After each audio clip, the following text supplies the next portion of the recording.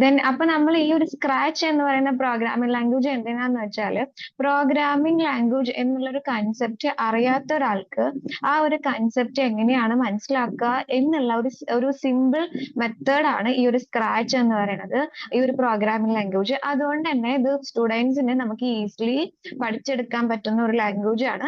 അതുകൊണ്ടാണ് നമ്മൾ ഈ ഒരു സെഷനിൽ നിങ്ങൾക്ക് ഇപ്പോൾ ഇത് ഇൻട്രൊഡ്യൂസ് ചെയ്യാമെന്ന് നമ്മൾ വിചാരിച്ചത്. ഓക്കെ, ഡിസൈഡ് ചെയ്തത് അതുകൊണ്ടാണ്. അപ്പൊ ഈ ഒരു പ്രോഗ്രാം വെച്ചിട്ട് നമുക്ക് എന്തൊക്കെ ബിൽഡ് ചെയ്യാമെന്ന് ചോദിച്ചു കഴിഞ്ഞാൽ ഞാൻ ജസ്റ്റ് ഫസ്റ്റ് ഒരു എക്സാമ്പിൾ കാണിച്ചു തരാം. അപ്പൊ നമുക്ക് ബിൽഡ് ചെയ്യാൻ പറ്റുന്ന ഒരു ഗെയിം ഇതാ. ജസ്റ്റ് ഇത് നമുക്കറിയാം, നമ്മൾ എപ്പോഴും പണ്ട് കുഞ്ഞു കുഞ്ഞു ഗെയിമുകൾ കളിക്കുന്ന സമയത്ത് കളിച്ചിട്ടുള്ളതാണ് അല്ലെ ഈ പാഡിൽ ഗെയിം എന്ന് പറയുന്നത്. അപ്പൊ ഞാൻ ഈ ഒരു ഗെയിമിന്റെ ഫുൾ സ്ക്രീൻ വ്യൂ എടുത്തു കഴിഞ്ഞാൽ എനിക്ക് അത് ഞാൻ ജസ്റ്റ് സ്റ്റാർട്ട് ചെയ്യാണ്. ഓക്കെ,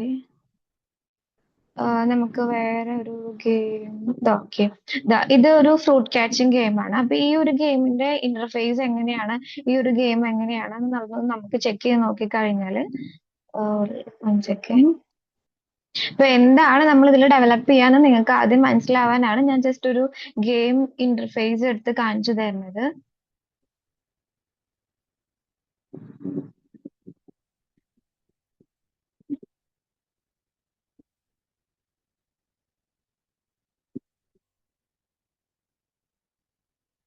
ഓക്കെ, സ്ലോ ആവുന്നുണ്ട് കേട്ടോ.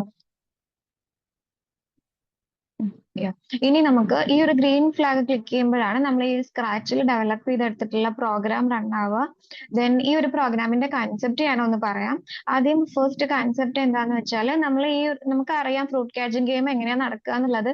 താഴോട്ട് ഇങ്ങനെ ഫ്രൂട്ട്സ് വീണോണ്ടിരിക്കും, അപ്പൊ ഈ ബൗൾ വെച്ച് ക്യാച്ച് ചെയ്യുക. ഇത് സിമ്പിൾ ആയിട്ട് നമ്മൾ കുഞ്ഞിലേ മുതൽ കളിക്കുന്ന ഗെയിമാണ്. പക്ഷെ നമുക്ക് ഈ ഒരു ഗെയിം നമ്മൾ ഡെവലപ്പ് ചെയ്യുന്നത് കൊണ്ട് തന്നെ ഇവിടെ എന്തൊക്കെ കണ്ടീഷൻസ് സെറ്റ് ചെയ്യണം, എങ്ങനെ ഇത് ഈ ഒരു ഗെയിം ഓവർ എങ്ങനെ വരണം ഒക്കെ നമുക്ക് ഡിസൈഡ് ചെയ്യാം.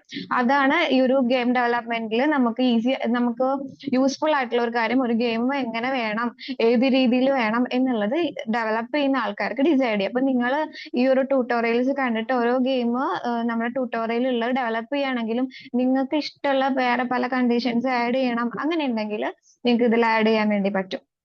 ഓക്കെ, അപ്പൊ ഞാനിപ്പോ ഇവിടെ കണ്ടീഷൻ കൊടുത്തിട്ടുള്ളത് എന്താന്ന് വെച്ചാല് ഈ ഒരു ആപ്പിൾ ഇങ്ങനെ താഴോട്ട് ഫോളോ ചെയ്യുന്ന സമയത്ത് ഈ ബൗള് വെച്ചിട്ട് എനിക്ക് ക്യാച്ച് ചെയ്യാൻ പറ്റണം. അപ്പൊ ബൗള് വെച്ചിട്ട് ഞാൻ ക്യാച്ച് ചെയ്യുന്നത് എങ്ങനെയാന്ന് വെച്ചാല് ബൗളിന്റെ ലെഫ്റ്റ് റൈറ്റ് മൂവ്മെന്റ് ഞാൻ നമ്മളെ കീബോർഡിലെ ലെഫ്റ്റ് റൈറ്റ് ആരോ വെച്ചിട്ടാണ് സെറ്റ് ചെയ്തിട്ടുള്ളത്.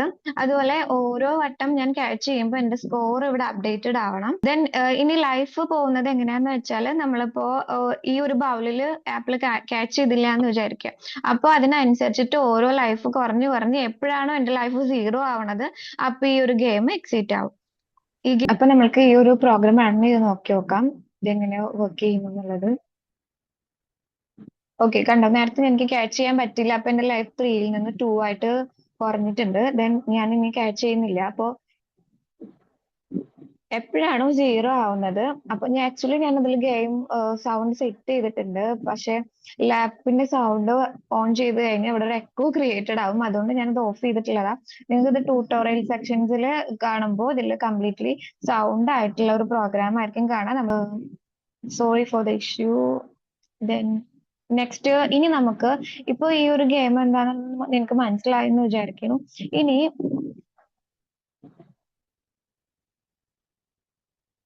ഓക്കെ, ഇപ്പൊ ഈ ഒരു ലൈഫ് എപ്പോഴാണോ സീറോ ആവുന്നത് അപ്പൊ ഇവിടെ ഒരു ഗെയിം ഓവർ എന്ന് പറഞ്ഞിട്ടുള്ള ഒരു സ്ക്രിപ്റ്റ്, ഒരു ടെക്സ്റ്റ് ജസ്റ്റ് വ്യൂ ആവും. എന്നിട്ട് നമ്മളെ പ്രോഗ്രാം ഗെയിം ഓവർ ആവും. അപ്പൊ അതാണ് ഈ ഒരു പ്രോഗ്രാം എന്ന് പറയുന്നത്. അപ്പോ ഇതുപോലെ എങ്ങനെ നമുക്ക് പ്രോഗ്രാം ക്രിയേറ്റ് ചെയ്യാം, അത് ക്രിയേറ്റ് ചെയ്യാൻ വേണ്ടി ഉപയോഗിക്കുന്ന സൈറ്റ് ഏതാണ്, അത് എങ്ങനെയാണ് നമ്മൾ ക്രിയേറ്റ് ചെയ്യുന്നത്, അതിന്റെ ഇന്റർഫേസ് എന്താണ് എന്നൊക്കെയാണ് നമ്മൾ ഇന്ന് കവർ ചെയ്യാൻ വേണ്ടി പോണത്. എനിക്ക് എന്നെ ഒരു പ്രോഗ്രാം ക്രിയേറ്റ് ചെയ്യണമെങ്കിൽ ജസ്റ്റ് ഇവിടെ ക്രിയേറ്റ് എന്നുള്ള സെക്ഷൻ ക്ലിക്ക് ചെയ്താൽ മതി. അതുപോലെ തന്നെ ഇപ്പൊ ഞാൻ ഇതിൽ ക്രിയേറ്റ് ചെയ്തിട്ടുള്ള പ്രോഗ്രാംസ് ഏതൊക്കെയാണ് അങ്ങനെ ചെക്ക് ചെയ്യാൻ വേണ്ടിയിട്ട് എനിക്ക് മൈ സ്റ്റെപ്സ് എടുത്താൽ മതി. ഈ ഒരു മൈ സ്റ്റെപ്പ് എന്നുള്ള ഒരു ബട്ടൺ ക്ലിക്ക് ചെയ്ത് കഴിഞ്ഞാൽ എനിക്ക് എന്ത് ചെയ്യാൻ പറ്റും, ഞാൻ ഇതുവരെ സേവ് ചെയ്ത് വെച്ചിട്ടുള്ള പ്രോഗ്രാംസ് ഏതൊക്കെയാണോ അതൊക്കെ എനിക്ക് ഇവിടെ വ്യൂ ചെയ്യാൻ വേണ്ടി പറ്റും. ഇതൊക്കെ ഞാൻ സേവ് ചെയ്തിട്ടുള്ള ടൈറ്റിൽ കൊടുത്തിട്ടുണ്ട്, കൊടുക്കാത്ത അങ്ങനെ പല പല സെക്ഷൻസ് ആണ്. ഓക്കെ. ദെൻ ഇനി എനിക്ക് ഈ ഒരു സെക്ഷനിൽ വന്നിട്ട് എനിക്ക് പുതിയൊരു പ്രോജക്റ്റ് ക്രിയേറ്റ് ചെയ്യണം. അങ്ങനെയാണെങ്കിൽ ജസ്റ്റ് ന്യൂ പ്രോജക്റ്റ് എന്നുള്ളത് ക്ലിക്ക് ചെയ്താൽ മതി. ഓക്കെ. അപ്പൊ ഇതാണ് നമ്മളുടെ പ്രോഗ്രാം ഡെവലപ്മെന്റ് വ്യൂ എന്ന് പറയുന്നത്. ഇവിടെയാണ് ഈ ഒരു ഡെവലപ്മെന്റ് വ്യൂവിലാണ് ഇവിടെയാണ് നമ്മൾ പ്രോഗ്രാംസ് ഒക്കെ ഗെയിംസ് ഒക്കെ ഡെവലപ്പ് ചെയ്തെടുക്കുക. ഇപ്പൊ ഈ ഒരു സൈറ്റിൽ സ്റ്റാറ്റിക് ആയിട്ടുള്ള ഇപ്പൊ ഒരു ഒബ്ജക്റ്റ് ആണ് കാറ്റ് എന്ന് പറയുന്നത്. അപ്പൊ ഇവിടെയുള്ള ഒബ്ജക്ട്സിനെ നമ്മൾ സ്പ്രൈറ്റ് എന്നാണ് പറയുന്നത്. നമുക്ക് എന്തെങ്കിലും ഒരു ഒബ്ജക്റ്റ് ഇല്ലാതെ ഒരു ഗെയിം ക്രിയേറ്റ് ചെയ്യാൻ പറ്റില്ല അല്ലെ. എന്തെങ്കിലും മൂവ് ചെയ്യാൻ വേണ്ടിയിട്ട് എന്തെങ്കിലും ഒരു ഒബ്ജക്റ്റ് വേണം. അപ്പോഴാണ് നമുക്കൊരു ഗെയിം ജനറേറ്റ് ചെയ്തെടുക്കാൻ വേണ്ടി പറ്റുള്ളൂ.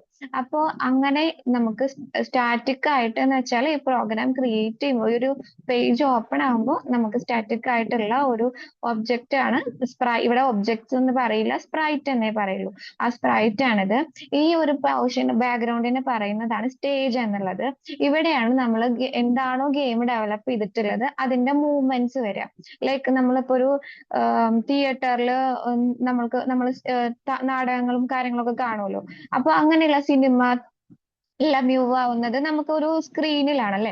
അപ്പൊ അതുപോലെ ഇപ്പൊ ലൈക്ക് നമ്മൾ തിയേറ്ററിൽ സ്റ്റേജിലാണ് നമ്മൾ കാണുന്നത്. അതേപോലെ തന്നെ നമ്മൾ എങ്ങനെയാണ് ഓരോ റെപ്രസെന്റേഷൻ വരുന്നത് എന്നുള്ളതൊക്കെ സ്റ്റേജിലാണ് കാണുന്നത്. അതേപോലെ തന്നെ നമ്മൾ ക്രിയേറ്റ് ചെയ്യുന്ന ഗെയിമും സ്റ്റേജിലാണ് നമുക്ക് ക്രിയേറ്റഡ് ആവുക. ഈ ഒരു ഗെയിം കാണുന്ന വ്യൂവിന് പറയുന്ന പേരാണ് സ്റ്റേജ് എന്ന് പറയുന്നത്. അതുപോലെ തന്നെ ഇവിടെ നമ്മൾ പ്രോഗ്രാം ഡെവലപ്പ് ചെയ്യുന്ന ഈ ഒരു കോഡ്സ് ഒക്കെ ഇൻസേർട്ട് ചെയ്യുന്ന സ്പേസിന് പറയുന്ന പേരാണ് വർക്ക് സ്പേസ് എന്ന് പറയുന്നത്. അതുപോലെ നമുക്ക് ആവശ്യമായിട്ടുള്ള മൂവ്മെന്റ്സിനും അങ്ങനെ നമ്മൾക്ക് ആവശ്യമായിട്ടുള്ള ബ്ലോക്ക് ഓഫ് കോഡുകളാണ് നമ്മളുടെ ഈ ഒരു ലെഫ്റ്റ് സൈഡിൽ പ്ലേസ് ചെയ്തിട്ടുള്ളത്.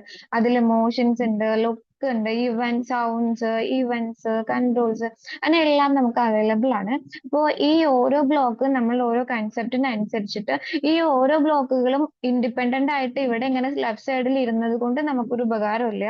ഈ ഓരോ ബ്ലോക്കുകളും നമ്മളുടെ ഓരോ നീഡുകൾക്ക് അനുസരിച്ചിട്ട് നമ്മുടെ ഓരോ കൺസെപ്റ്റിനനുസരിച്ചിട്ട് ഇവിടെ ഒരു ബ്ലോക്ക് ഓഫ് കോഡുകളാക്കി ക്രിയേറ്റ് ചെയ്യുമ്പോഴാണ് നമ്മളുടെ ഒരു പ്രോഗ്രാം ക്രിയേറ്റഡ് ആവണത്, നമ്മളുടെ ഒരു ഗെയിം ക്രിയേറ്റഡ് ആവണത്. ഓക്കെ.